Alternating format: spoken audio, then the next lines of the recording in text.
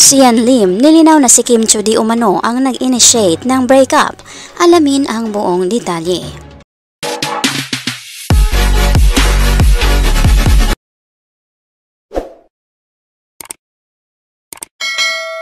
Magandang araw mga kaibigan, welcome back to our YouTube channel, Be Truth.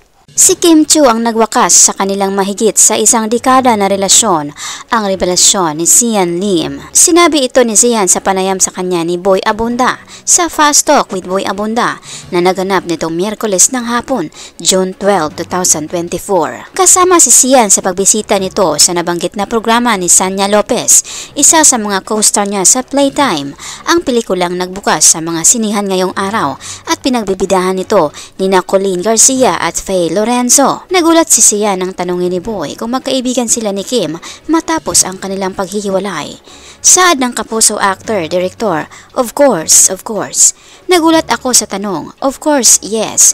To be completely honest, ever since we went our separate ways, hindi pa po kami nakakapag-usap. But when the night happened, maayos yung pag-uusap namin. Of course, merong ayakan.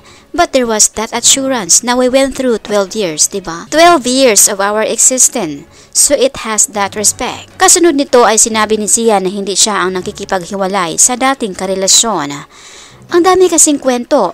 Yun nga yung mahirap sa isang public relationship. They have been there since day one nung panliligaw pa lang, all the way to more than a decade. People come up with all these made-up lies kung ano man, but we release our statement. Now we both decided to part ways. To be completely honest, I wasn't the one who engaged in the separation. Yun lang po siya, it's that simple. I wasn't the one who initiated the breakup. Tanong ni Boy kay Sian, if you have it your way, hindi pa kayo hiwalay ni Kim? Sagot ni Sian, it's such a delicate.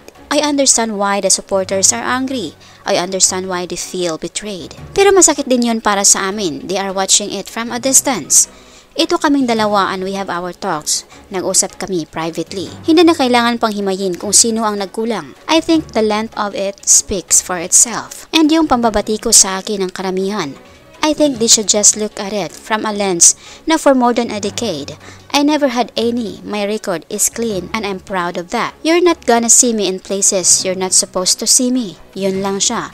The time speaks for itself. Sa pagkakataong ito, hindi di mo na pwedeng akusahan si Sian na ginagamit niya sa promo ng Playtime ang isyo ng paghihiwalay nila ni Kim dahil sumagot lamang di umano siya sa tanong ni Boy.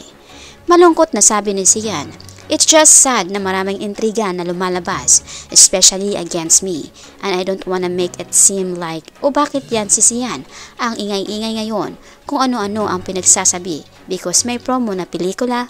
It's just a very delicate thing and I do understand why people are upset. But we are okay. Samantala, kahit ano pa man ang sinasabi na paliwanag ni Sian sa publiko, hindi pa rin ito sapat sa tagahanga ni Kim na gano'n na lamang kadali sayangin ang mahigit na isang dekada na relasyon kung walang sapat na dahilan.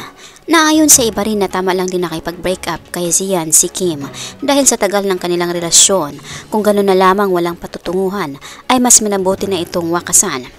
Ayon rin sa isa na hindi na bata si Kim, tumatanda na rin ito, siguro naman di umano sa mahigit na dekada nilang relasyon, may proposal na dapat itong ibinibigay sa isang babae. At ayon rin sa iba, tama lang na hiniwalayan ni Kim dahil wala naman palang plano para mag-settle down o engagement man lamang. Siyempre bilang babae, isa yan sa pangarap na matupad ng babae na kahit hindi man di umano sila nagpaliwanag kung ano ang dahilan, halatang halata na may pagkukulang o walang plano sa kanila si Sian Lim. At ayon na rin sa iba, na sa mahigit na dekada na relasyon hindi man lang di umano ipinaglaban, mas pinili pa itong makahanap ng bago. Naayon naman sa isa na dapat respetuhin niya kung ano ang kagustuhan ni Kim. Hindi na dapat di umano itong pag-usapan ang kanilang relasyon bilang respeto di umano kay Kim. Mga kaibigan, anong masasabi mo dito? Ano man ang iyong opinion o komento, welcome kayo dito. Maraming salamat po.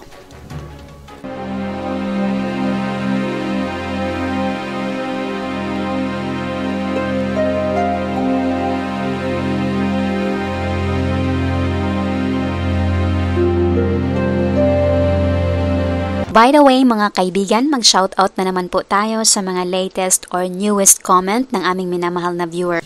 Malakasang shoutout kay Flora Perez at malakasang shoutout kay mga chismosa. Malakasang shoutout kay De Guzman Turk. Malakasang shoutout kay Elvira Bernardi. Malakasang shoutout kay Linda Mandras at malakasang shoutout kay Resty Amiel Vilbar. Malakasang shoutout kay Edna Seno. Malakasang shoutout kay Judy PH 2013. Malakasang shoutout kay Julia Rodriguez at malakasang shoutout kay Jocelyn Gonzalez. Malakasang shoutout kay Tita Cruz at malakasang shoutout kay Lydia Esteban. Malakasang shoutout kay Norma San Buenaventura. Malakasang shoutout mga chismosa at malakasang shoutout De Guzman Turk. Malakasang shoutout kay Mark Anthony Gula. Malakasang shoutout kay Venus Custodio. Malakasang shoutout kay Danilo Hernandez. Malakasang shoutout kay Sastri Craft. Malakasang shoutout mga chismosa. At malakasang shoutout kay Cheska Yuri Lagdameo Lamasan. Malakasang shoutout kay BG Monteron. Malakasang shoutout kay May De Mesa. At malakasang shoutout kay Ligaya Dumaraos. Malakasang shoutout kay Carmelita Garcia. Malakasang shoutout kay Norma Dayag.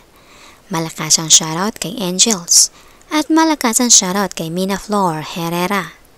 Helen Ignacio. Malakasang shoutout kay Prof. Ellie.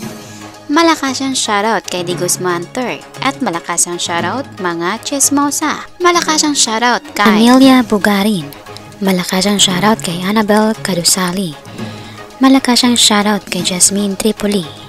Malakasang shoutout kay Catherine Bautista.